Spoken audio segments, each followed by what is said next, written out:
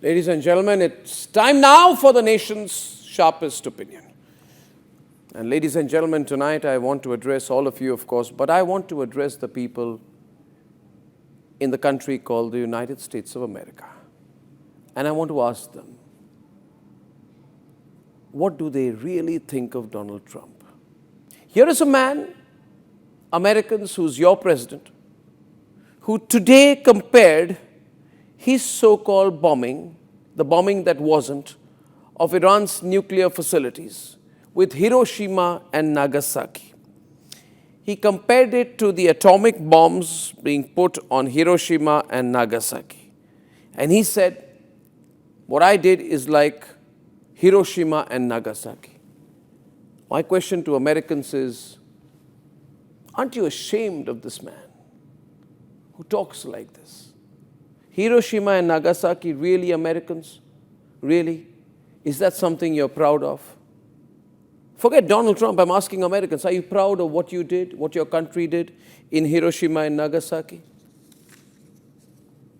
Would Germans be proud of what Adolf Hitler did with the Holocaust? What if a German leader was to come and say today that what I did is like the Holocaust, I did something like Adolf Hitler? Similarly, you have a leader, you have a president who comes and says, I did the kind of thing that we did during the bombing of Hiroshima and Nagasaki. During Hiroshima and Nagasaki, 90% of Nagasaki's surface was destroyed, 70% of Hiroshima. 200,000 people ultimately died from the two bombings. The exact figure will never be known. And Americans, if you want to know, there was no trace of the bodies. In many cases, there was no trace of the bodies. The bodies were not found. Thousands of degrees of heat generated from the nuclear bombs that America put on the Japanese because they could not win the war otherwise, vaporized human bodies. Human bodies were vaporized. And today, this man, your president, comes and says, I did something like Hiroshima and Nagasaki. This man, Americans, your president, has no sense of history. He has no sense of collective guilt. And I will not be surprised if going this way, he cites something that Adolf Hitler did one day as an example. That is his logic, that is his thinking, that is his attention deficit disorder. The man has a problem. He has a very weak sense of history. He may know about New York real estate, he knows very little beyond that. And Americans, how can you allow him to get away with this? This is the second time that his own intelligence community has contradicted him. You would remember, Americans, right after the strike on the 22nd of June, Trump said that the nuclear sites have been totally and completely obliterated.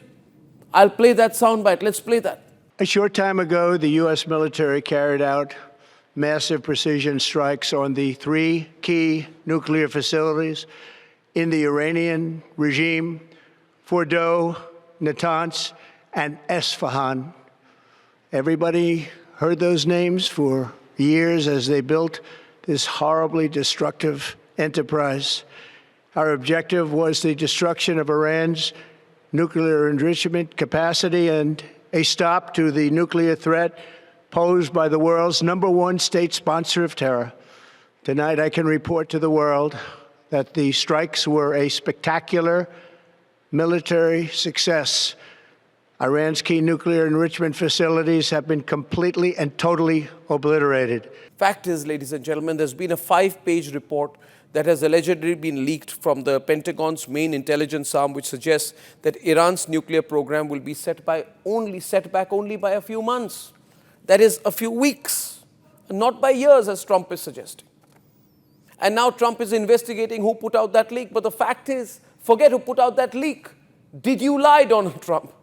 Did you lie? You're calling your own head of national intelligence, Tulsi Gabbard, a liar. You're accusing your own director of national intelligence, Tulsi Gabbard, of saying the wrong thing when she said that there is no credible intelligence as far as Khomeini producing or reinforcing the nuclear program is concerned. If you have the guts, and if you think your Director of National Intelligence is contradicting you and lying and working against your interest and America's sovereign interest, then sack her.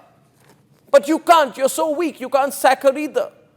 We cannot have this situation, ladies and gentlemen, where there's a repeat of what Bush said, ignoring all credible intelligence on WMDs which were never found in Saddam's Iraq. Similarly, Donald Trump has openly said that Tulsi Gabbard and by extension his own intelligence community is lying. They don't know anything. Let's play that soundbite.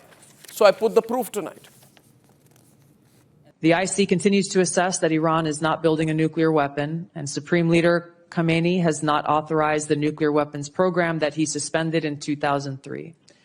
The IC continues to monitor closely if Tehran decides to reauthorize its nuclear weapons program. What intelligence do you have that Iran is building a nuclear weapon? Your intelligence community has said they have no evidence that they are at this point. Well, then my intelligence community is wrong.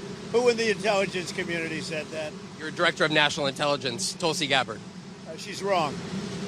If she's wrong and she's contradicting you on such a major thing, what action did you take against her? You can't, because she stated facts and she's holding her own. She has never said she's wrong herself. Ladies and gentlemen, fact is that all that Trump is left with today is face-saving. Trump went deep into Iran, claimed to have struck Iran's nuclear infrastructure with the never-used-before American bunker-busting bombs. He said he targeted Natanz, Isfahan, and even Fordo, which he did because it was beyond the reach of the Israeli forces. But the fact is, what is the result? Is the nuclear program over? No. Is there a commitment from Iran? No. Is there a taking back of the Iranian threat to choke the Straits of Hormuz? No. Did Iran not strike at American military bases in Qatar, in the Middle East? Yes. What is the end result? Has the nuclear threat been annihilated? Answer is a resounding no. Now you can take sides and say, why should I be saying this? Well, I should be saying this because this is not America's problem. This is a global situation. And with so many falsehoods and hypocrisies and contradictions, it is not us, it is the American people who need to ask their president what exactly he is up to and whether he knows what he is up to every morning.